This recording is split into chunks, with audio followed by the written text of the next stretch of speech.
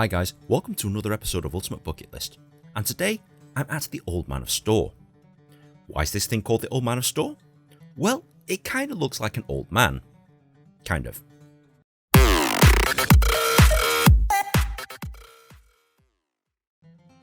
The Old Man of Storr. This collection of ancient rock formations is world famous and is the most visited attraction here on the Isle of Skye in the middle of Scotland. And ordinarily it looks like this, but when I came here it looks like this. Okay guys, so as you can tell it's really shitty weather today, and I mean really shitty, which makes climbing this thing all the more harder. Yep, I'm only a quarter of the way up, but to get to the Old Man of Storr you have to kind of climb right to the top of this peak here, and to be honest it's totally not being worth it. This is totally not worth it, especially seeing as though, as you can tell from the sky, you can't actually see it. It is there. I don't know if you can see it with the GoPro, but it's definitely there, but you can't see sod all. Okay guys, so here it is, the famous Old Man of Storr. Can you see it? No? Well, funnily enough, neither can I. This has been a waste of time, and seriously, if the weather here on the Isle of Skye is bad, don't bother climbing up mountains to see this thing. You won't be able to see jack. Don't get me wrong, it's cool and all, but I'm a little pissed that I can't actually see it. The view actually got a bit better as I climbed towards the top, but this is about as far as I actually got because it became quite treacherous to walk in it. Check out these guys rolling around on the floor. But yeah, when it gets wet, it's almost impossible to climb with just trainers or sneakers. So this is about as far as I got. Okay, so this is probably as far as I'm gonna go. The ground is just mush, it's just literally a mudslide, and I'm just wearing trainers or sneakers, whatever you want to call it. So I think this is pretty much the end of the road for me. Still can't see anything, so even though we're a lot closer now, can't see anything, and that's really, really annoying, but can't control the weather, I guess. So whilst climbing down the mountain, I could actually see things. As it turns out, it appears that the weather is kinda lifting, so yeah, I was this close to doing a 180 and going back up, but nah. Don't know if you can see that there, but the cloud is lifting and you can actually see the damn thing now. Huh, trust my luck. So as you can see, by the minute the fog is lifting, and this place is seriously pretty now that you can actually see it. So yeah, obviously there's the Old Man of Storr, which is still clouded in fog and stuff, but down here it's actually a different story, so pretty good. So the next day I woke up bright and early to try and catch some views, and oh no, you kidding me? Seriously? You're going to be foggy again? Ugh. Day 2, and when I started climbing this thing, clear skies, but within a minute literally the clouds came over and you can't see shit. So okay, I'm doubly pissed off now. 2 times I've climbed this thing and 2 times I can't see sod all. Jesus. So I'm actually stood here underneath it, and as you can tell, you can see it, but you can't see that much because the fog and the clouds were that thick. But you know what? I decided to try and wait it out. I helped a lot of people take pictures, and I wandered around quite a bit hoping for the weather to change in my favour. Hoping being the operative word. Okay guys, the clouds are actually starting to lift, so I might be able to get some pictures and stuff after all. Yay me! To get the best views of the Storr, you'll need to walk past it and up a hill up until this ledge.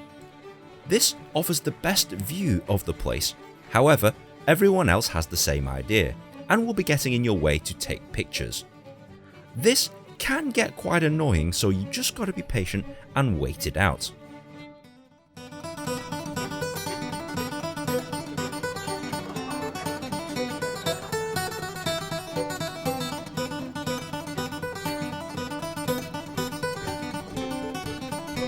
You can get some stunning drone videos and photographs until oh shit.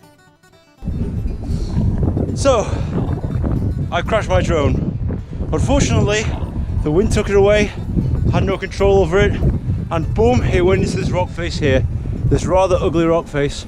I happened to have some kind Americans that were standing upon a rock that helped me locate this thing. It's pretty much total, I think. The gimbal on it's gone and one of the legs is snapped, but yeah, it's suffered a pretty nasty setback, but I don't know, maybe it still works. I'm not sure, but one thing's certain, yeah, this is pretty much total. I won't be able to use it for the rest of the trip, so what a shame. The clouds and wind had actually died down completely at this point. Thanks God, thanks a lot. But I did actually get to see the rocks in all of their former glory. The way down was a hell of a lot easier than the way up. It was actually a little bit drier and I could navigate this quite easily. So I'm back at the car.